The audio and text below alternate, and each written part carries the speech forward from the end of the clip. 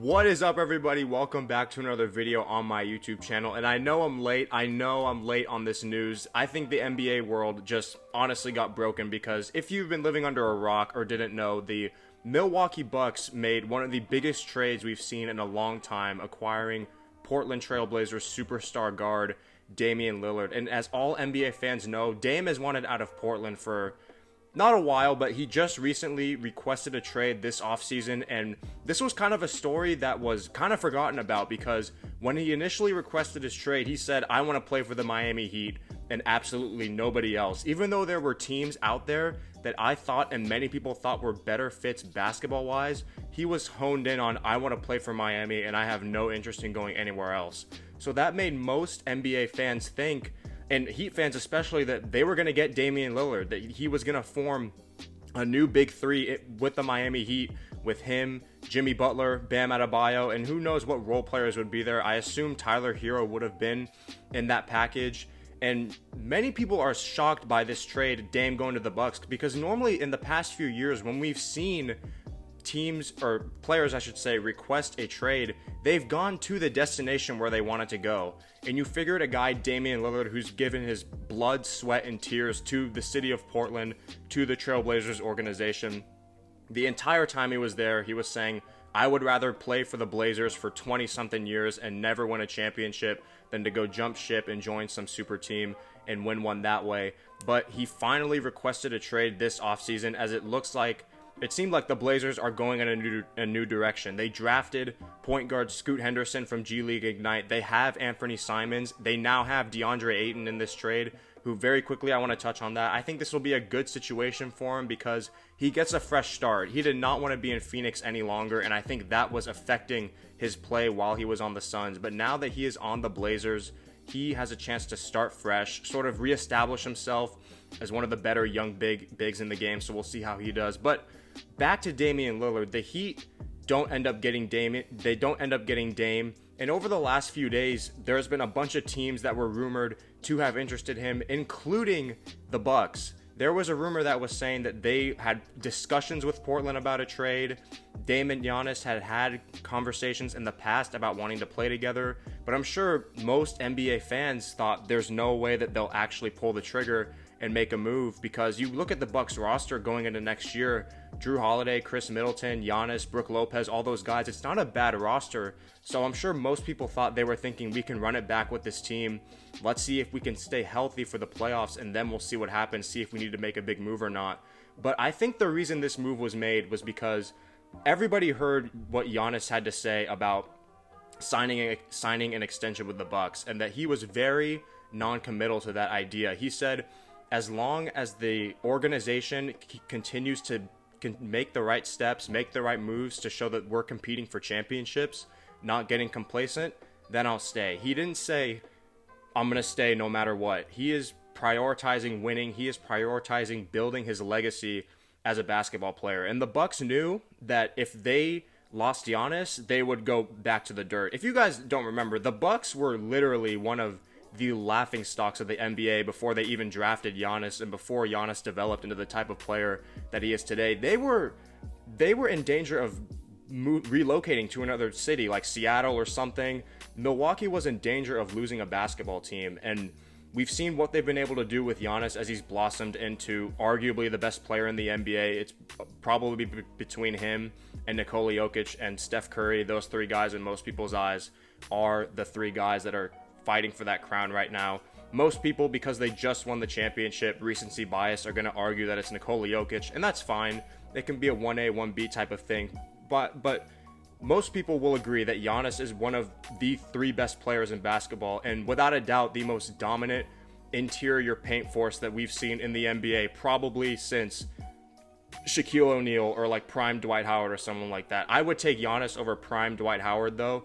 I would say Giannis is the most dominant big man we have seen since prime Shaquille O'Neal all the way back in the day. So now, how does this work basketball-wise? I think this is the perfect fit basketball-wise for what the Bucks are trying to do. The last few years, besides the 2021 championship when Chris Middleton was going nuclear in the clutch, Drew Holiday hit timely shots even though he struggled on offense, they haven't had a guy that they can confidently say, I'm going to give him the ball, and he's going to go toe-to-toe with the other team's best player and hit clutch shot after clutch shot, tough shot after tough shot. They haven't had that guy. They thought it was going to be Eric Bledsoe all the way back in 2017 when they made that trade, but he ended up being absolutely disastrous in the playoffs. If you guys don't remember, he got outplayed by Terry Rozier in the baby Celtics in 2018 with no Kyrie Irving and no Gordon Hayward. The Bucks had not won a playoff series up to that point, and most people were thinking this is the year they could finally win a playoff series. No Kyrie Irving, no Gordon Hayward, but they ended up losing that in 7 games. Eric Bledsoe was nowhere to be found. The following year, they get all the way to the Eastern Conference Finals. They're up 2-0, and Eric Bledsoe is just a absolute non-factor on the court on both sides of the ball. And you look at the following year when they go into the bubble, same thing against Miami. So they say, we're going to go get Jrue Holiday. We're going to get a bona fide defender that can clamp the other team's best player and still give us something on the offensive end. Still a guy that can create more shots. And that worked out. They won the championship the season they traded for him. He made arguably the greatest play in the history of that franchise and the Milwaukee Bucks with the steal and alley-oop to Giannis against Devin Booker in the finals. Most Bucks fans will tell you that that is their favorite play of all time. And they go into the following season, and Chris Middleton gets hurt in the first round against the Bulls, but Jrue Holiday continues to make those key defensive plays. Game 5 against the Celtics, he gets on the inbound, he gets the ball, throws it off Marcus Smart out of bounds, and then he picks him off at half court to seal the game. So Jrue Holiday has always been a guy that made clutch defensive plays for the Bucks, but he was so up and down in the postseason, and they didn't really have a closer, like I said, besides 2021 when Chris Middleton went into sort of that Batman mode. Everyone was having the Batman-Robin talks. Chris Middleton was the guy taking over in the clutch, and when you look at what they did in these past playoffs, the Bucks, Chris Middleton he was never healthy all season, so he was trying to re-find his footing, and Jrue Holiday looked like his confidence was just shook out there on the court after what Jimmy Butler was doing to him. Wasn't really doing anything on offense, wasn't able to stop Jimmy Butler at all on defense. That's why you had Bucks fans clamoring for double team Jimmy Butler. You're just letting him go one-on-one against Jrue Holiday, who clearly can't do anything with him, or let Giannis guard him. Try something different. And they didn't make any adjustments. They got sent home in 5 in the first round in super embarrassing fashion. And I think that's pretty funny to think about because the Bucks lost in 5 games to the Miami Heat in 2020 in the bubble, and they go out and get Jrue Holiday. They lose to Miami again in 5 in 2023. They go out and get Damian Lillard. So when the Bucks are not meeting expectations, they know that it's the time to do something with the roster. You got to retool it somehow because they cannot risk the possibility of Giannis going somewhere else and leaving that franchise, leaving that city, and basically sending them back to ruins of when they were not even thought of as an NBA team on most people's minds. Giannis makes the Bucks relevant, and they know that. And so obviously they're going to do what they need to do to keep their star player.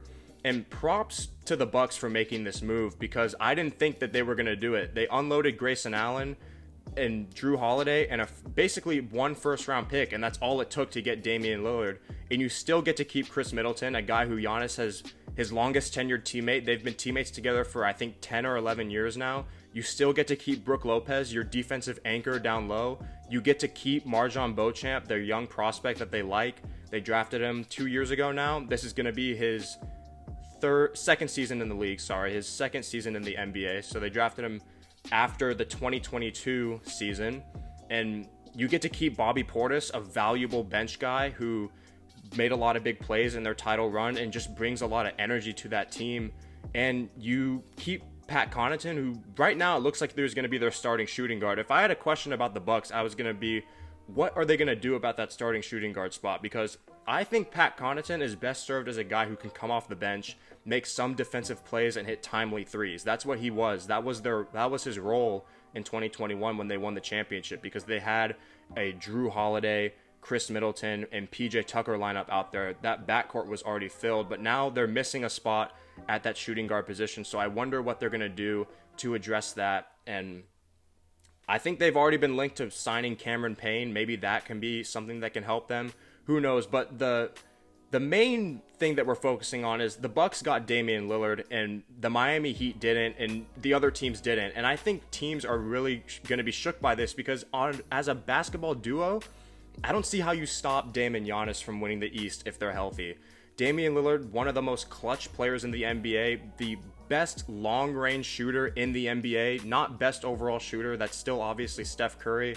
But when you look at where Damian Lillard can pull up from on the court, it's something that we've probably never seen before in the history of the game. Averaged 32 points per game last year, can score at all three levels, mid-range, three-pointer, and he can go absolutely off when you need him to the most. Think back to the 2021 playoffs, his 55 points against the Denver Nuggets. This guy just knows how to put the ball in the basket. And then obviously you have a guy in Giannis who's dominant on both sides of the ball. It'll be interesting to see how they form this dynamic, because I would hope that they wouldn't just keep having Giannis go downhill all the time and kick it out to shooters. I'm hoping they let Dame do a majority of the ball handling. They keep running that pick and roll play that Chris Middleton and Giannis made so famous, that their best play on offense basically was the Chris Giannis pick and roll, and that's how they were able to win that championship. And the Bucks have a big three. They have a legitimate big three. And when you think about a guy like Chris Middleton, I think this just takes so much pressure off of him, because teams are going to be so focused on stopping Giannis and Dame, and you have to pick your poison. And I'm sure teams are going to say, we don't want Giannis and Dame to beat us, but you're going to let a guy who's made 3 All-Star teams, averages 20 points per game when he's healthy, and went toe-to-toe with Devin Booker, putting up 40 pieces in the playoffs and the finals in 2021. That's the guy you're going to let beat you? I mean, good luck. The Bucks, on paper, they look like the best team in the East right now. And obviously they need to stay healthy and do it on the court if they're going to go out and win a championship. And so, yeah, it's a great time to be a Bucks fan if you're a Bucks fan. And it should just be a very fun dynamic between Giannis and Damian Lillard. And the last thing I want to touch on in this video is the point that people may bring up that they got worse defensively. I agree. Jrue Holiday, you can't replace Jrue Holiday's defense. Even though the last time we saw him on a court, he was getting absolutely dominated by Jimmy Butler. Jimmy Butler was just on a tear that whole entire playoff run. And yes, the Bucks are going to be worse off defensively a little bit in terms of man-to-man defense from the guard spot without Jrue Holiday. But like I said before, the Bucks defense was never the big reason why they couldn't beat Toronto in 2019, why they couldn't beat Miami last year, or why they couldn't beat Boston in 2022, or why they couldn't beat Miami in the bubble. It was because they were missing that guy that can create tough shots in the clutch consistently, game in and game out in the postseason. And I think they have that now with Damian Lillard. He fills that void. When you look at what happened last year, just this past playoff series, Game 5, they're winning by like 16 points. Jimmy Butler starts getting going in the fourth quarter. That game, the final score, it was a 1-point game. Do you think one more defensive stop was going to win the game? No, they needed someone who could go out there and get a tough bucket. Chris Middleton wasn't really doing it. He wasn't healthy. Giannis, that's not, as much as I love him, that's not his game. He's not the guy who's supposed to be trying to go shot for shot in deep playoff games. He's not a creator like that. He's not a shot creator like that. You look at what happened against the Celtics in 2022. 4 of 33 from three-point range in Game 7. Nobody outside of Giannis could create their own shot when it mattered most. And you look at Game 6 against the Celtics. Giannis goes for 44 and 20. But he was the only guy on the court who could match Jason Tatum shot for shot. Now he has somebody else who can do that. You look at what happened in the bubble against Miami. Close games in the bubble. They lose those games because their offense wasn't playoff ready. They didn't really have that guy that could be relied upon to go shot for shot. Like I keep saying the same thing, but it's really what it is. Shot for shot with the other team's best shot creator when it matters most in late playoff games. Especially 2019 against the Raptors. In that series, they were up 2-0, and their offense just looked pathetic in the final clutch minutes of a lot of those games. Think Game 3 went to double overtime, and Giannis scored 12 points that game and had 23 rebounds. They went to double overtime in Game 3. Giannis only had 12 points. You think if they had Damian Lillard on that team instead of Eric Bledsoe, they would have lost to the Raptors in 2019? No. They would have won that series, and they would have won the finals. I think if they beat the Raptors in 2019, they would have beaten a hobbled Golden State Warriors team in the finals easily. Nobody was going to do anything with Giannis in that series if Kevin Durant and Klay Thompson weren't going to be healthy. So, and you look at, yeah, it's just, that's what it was with the Bucks. They didn't have that guy who could go, I keep saying, shot for shot with another team's best player. And just going off that Raptors series, look at Game 5. They were up 14 or 16 in that game. They lose close at the end. Game 6, they were up by 15 or something like that, and their offense stalled out in the final minutes because Giannis is on the court trying to bulldoze his way through the defense and kick it out to shooters, but they don't really have to respect Milwaukee shooters, and then you try and give it to Chris Middleton, who's been shooting catch and shoot stuff all game, and there's no rhythm. So under a new head coach and Adrian Griffin, Damian Lillard, the Bucks retooled this offseason, and you can tell that they were not satisfied with that 5-game gentleman's sweep in 2023 because they had the best record in the NBA, and they were the prohibitive favorites to go on and win the title, and they didn't get it done. And a first-round loss to an 8th seed Miami Heat who had to scratch and claw their way just to get into the playoffs, survive the play-in tournament. That's just unacceptable. You can't be losing in the first round to an 8th seed with Giannis in his prime. That's just the bottom line.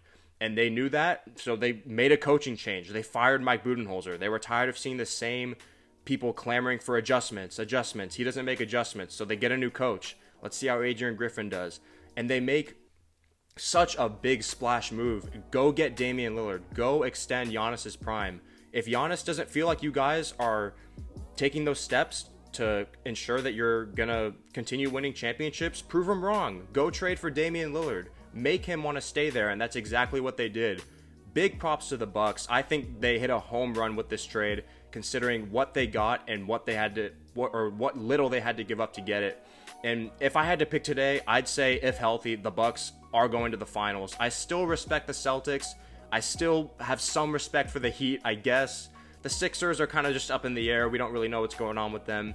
I will say that if Drew Holiday does get bought out or traded by the Blazers and signs with an Eastern Conference contending team, either the Heat or the Celtics, that could definitely also change things, because I could see Drew Holiday maybe being a little more motivated against the Bucks in the playoffs, maybe plays a little bit better offensively.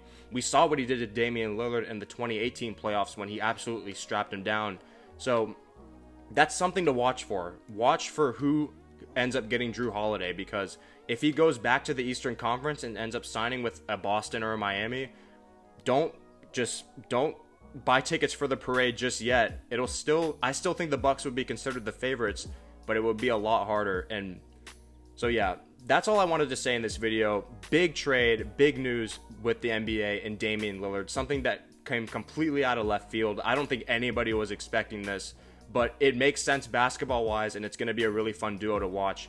Let me know what you guys think about this trade. Let me know where you wanted to see Damian Lillard play. Did you want to see him in Miami, Lakers, Heat? I already said Miami, but Lakers, Bucks, Knicks, Nets, I don't know. Just let me know where you wanted to see him play. Make sure to find the rest of my content linked in the description, and make sure to like, comment, share, subscribe. You know the drill.